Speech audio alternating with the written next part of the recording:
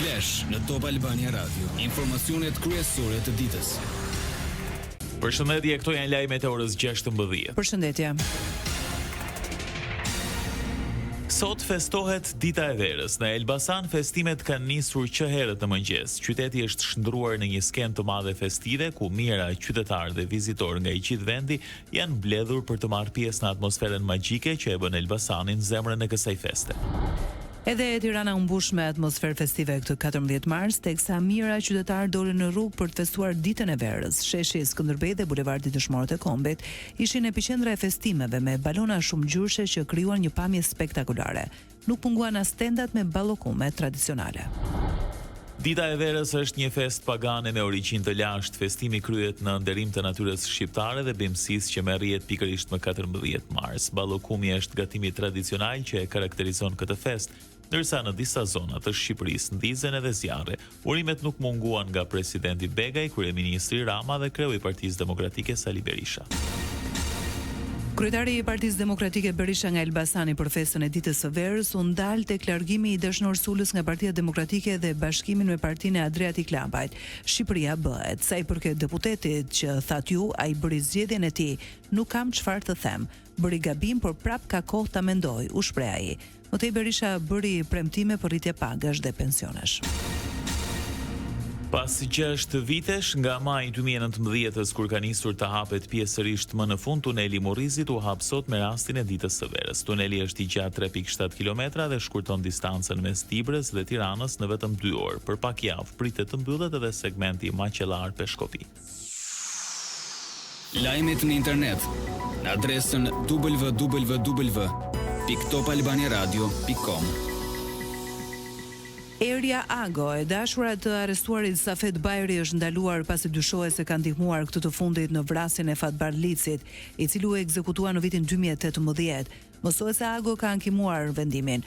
Top Channel raporton se dyshuara ka mohuar përfshirje në vrasjen e Licit, por prokuroria ka kamera sigurie që kanë fiksuar në qytetin e Shkodrës. Një sasi tritoli ka shpërthyer gjatë orëve të para të mëngjesit në Lezhë, sipas policisë. Shpërthimi ka ndodhur para derës së lokalit të 47 vjeçarit Ilir Mark Vukaj. Nuk raportohet për të plagosur, por vetëm dëme materiale. Mark Vukaj rezulton të ketë qenë i arrestuar në 2017 pasi u kap me 25 kg kanabis gjatë një aksioni antidrog.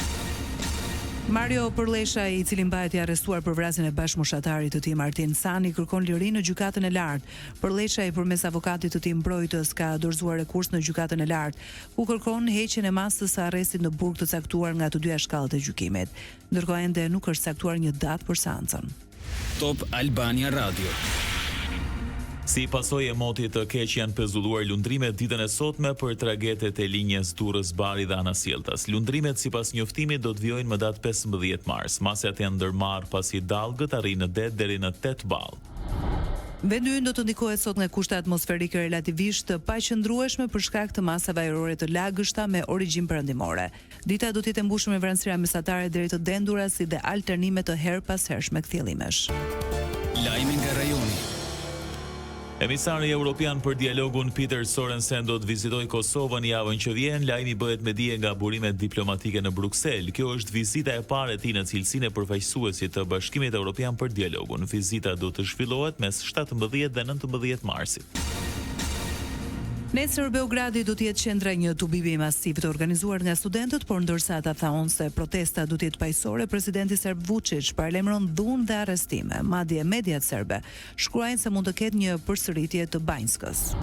Ndërkaq që zyra e Prokurorisë Publike Evropiane ka konfirmuar se po kryen hetime lidhur me mundësinë e keq përdorimit të fondeve të Bashkimit Evropian sa i përket rindërtimit të stacionit hekurudhor të Novi Sadit. 15 persona humbën jetën dhe 2 të tjerë u lënduan rënd kur një strep prej betoni u shemb në stacionin hekurudhor më 1 nëntor 2024. Lajme nga bota. Një aeroplan i American Airlines ka marrë flak në aeroportin e Denverit, 172 pasagjerë dhe 6 anëtar të ekuipazhit u evakuan. 12 persona pësuan lëndime të lehta dhe u dërguan në spital. Administrata Federale e Aviacionit nisi hetimet. Shtetet e Bashkuara dhe Izraeli kanë kontaktuar zyrtarë në 3 vendet e Afrikës për të diskutuar mundësinë e përdorimit të territoreve të tyre për zhvendosjen e palestinezëve në Gaza. Raportohet se disa prej tyre refuzuan propozimin. Shtëpia e Bardhë nuk ka komentuar. Rusia ka kërkuar përjashtimin e Keith Kellogg, të dërguarit special të Trump për Ukrainën, nga negociatat e paqes, duke akuzuar për një qëndrim pro-Ukrainas. Sidoqoftë, kërkesa e Kremlinit nuk është pranuar nga Shtetet e Bashkuara të Amerikës, pasi një nga bashkëpunëtorët e Kellogg mori pjesë në takimin e fundit në Jeddah. Bashkimi Evropian ra dakord të rinovojë sanksionet ndaj individëve dhe subjekteve ruse. Sanksionet e BE-s duhet të rinovohen çdo 6 muaj me votim unanim nga ambasadorët e 27 vendeve anëtare në Bruksel. Lista tashmë është rinovuar deri më 15 shtator. Princi Mohammed bin Salman i Arabisë Saudite i tha presidentit Putin se Arabia mbështet çdo iniciativë për përfundimin e luftës në Ukrainë. Ky koment erdhi pas bisedimeve në Jeddah, ku Ukraina pranoi një armpushim 30 ditor të propozuar nga Shtetet e Bashkuara të Amerikës. Putin e pranoi propozimin, por kërkoi sqarime mbi furnizimin e Ukrainës me armë perëndimore. Ndoqet një përmbledhje kryesore të zhvillimeve të ditës. Edicioni informativ i radhës është në orën 17. Unë jam Edi Allaçi. Unë jam Ersilda Doko. Kjo është Top Albania Radio.